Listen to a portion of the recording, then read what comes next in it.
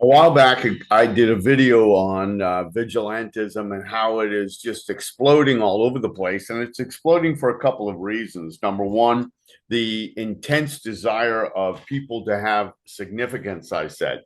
People who want to look good, they need to feel like they're heroic in some way. And most people, as Thoreau said, lead lives of quiet desperation, or at least of relative unfulfillment. So this gives them an outlet for a fantasy life that they would like to live. The second reason they want to do it is because of desperation of a different sort, money. Um, Young people I run into constantly, and I don't want to paint all of them with a broad brush, but they want to earn money with the least output of energy that they possibly can, and preferably doing something that they adore already, like playing video games or, frankly, I've run into this in my investigation, trying to understand this phenomenon that we have in the United States of sex everywhere and yet sex repression everywhere. Young people have contacted me at various times asking me to participate in OnlyFans accounts over the years. And this goes back quite a long ways. I had a student once who asked me to buy Adderall for him and was willing to do anything that I might desire. And I turned him down and tried to direct him in the area where he could get some help for the addiction, which could injure him long term, I felt. Um, be that as it may, we're finally finding that those several features that attract young people or people in general to vigilantism are now coming to a head. So we have people who want their significance, they want to look like heroes, and they want to get some cash as well. And it's interesting that Florida, of all places, perhaps one of the most repressed and greatest degree of suppression and greatest hate for people who've been convicted of sex offenses. Unless, of course, you're wealthy and powerful, that is, there's always an out for you. But in Florida, repressive, mean spirited Florida, you have, and of course, I'm talking about the government, not the people. A lot of the people are terrific. I have good friends in Florida. But apparently, Florida has had enough of vigilantes muscling in on their cruelty. So here you have uh, article here that I'm sharing, courtesy of Florida Action Committee. Want to always give them credit. They do such great work. I wish we had organizations similar to that around the country. Video vigilantes arrested in Florida. And I'm not going to go through the whole thing, but basically, outside of Tampa Bay is the relatively smallish city of Largo. The victim tried to meet a minor, according to what the affidavit states and according to what the police state. And let's assume for a moment that this was the worst possible thing imaginable, and this needed to be stopped. The role of the citizen would have been to contact the police and maybe monitor the situation so they could tell the police exactly where this was occurring and then step away. But that's not what these guys did. They took the law into their own hands. And because of that, the desire of the vigilante to take the law into their own hands and be the tough guy, the police, which is sort of the third thing that they love doing, you are now in a position where this may have jeopardized otherwise legitimate investigation. So I'm not going to go through the whole thing. I will post this down below.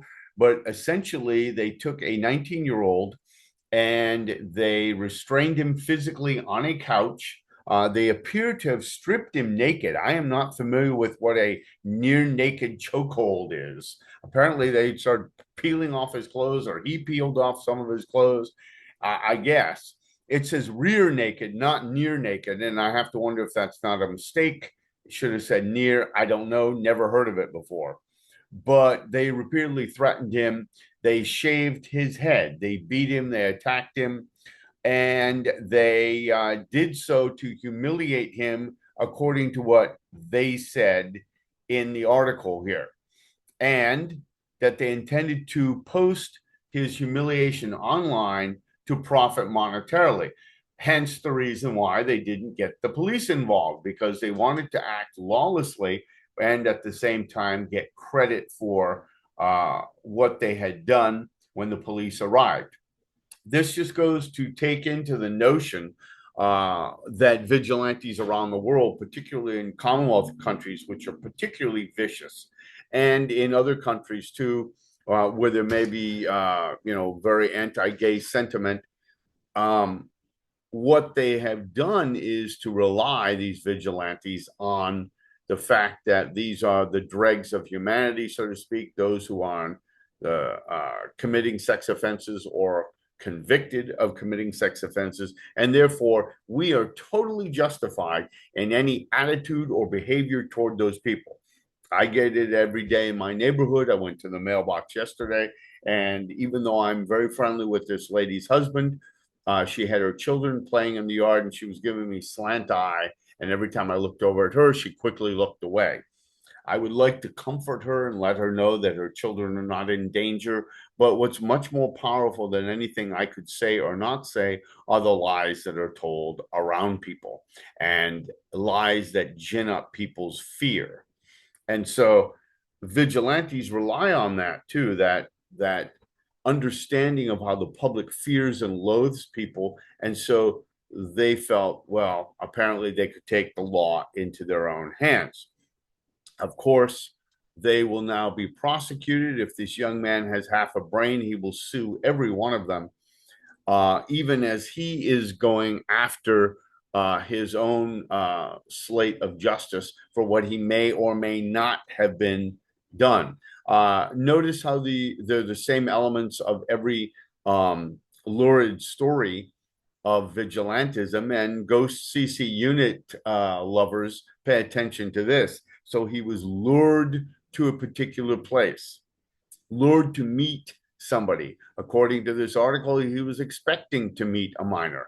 I don't know if that's true. They said I was, but Ghost CC Unit, who crows still about having the goods on me, did not have the goods enough in his own mind to come and face me in court. Somehow he wasn't able to do that. You have to wonder why, right?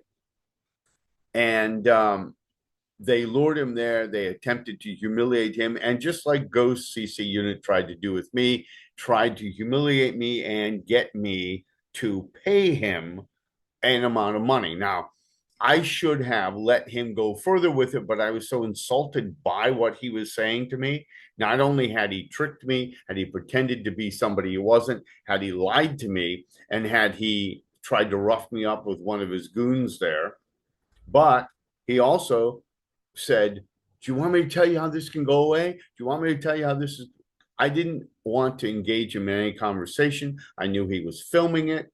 Okay. I glanced at his supposed, excuse me, pictures and what he had written in the text.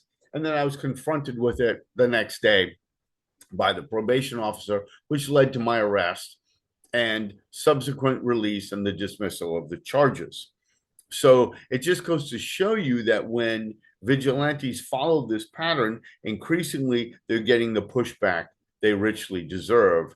And they need to follow suit with other countries which have decided to make vigilantism illegal and harassment of people on a registry, or not on a registry, but simply convicted and well known in the public eye.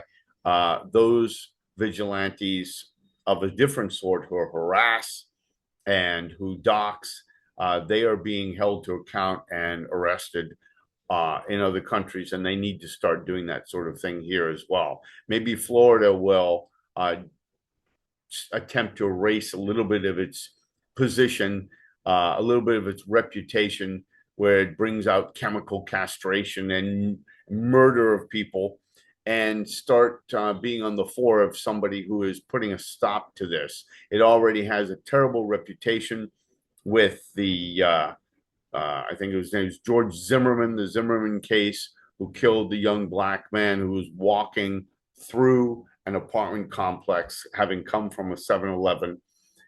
Florida has a lot to begin to answer for, and I hope that this is a start.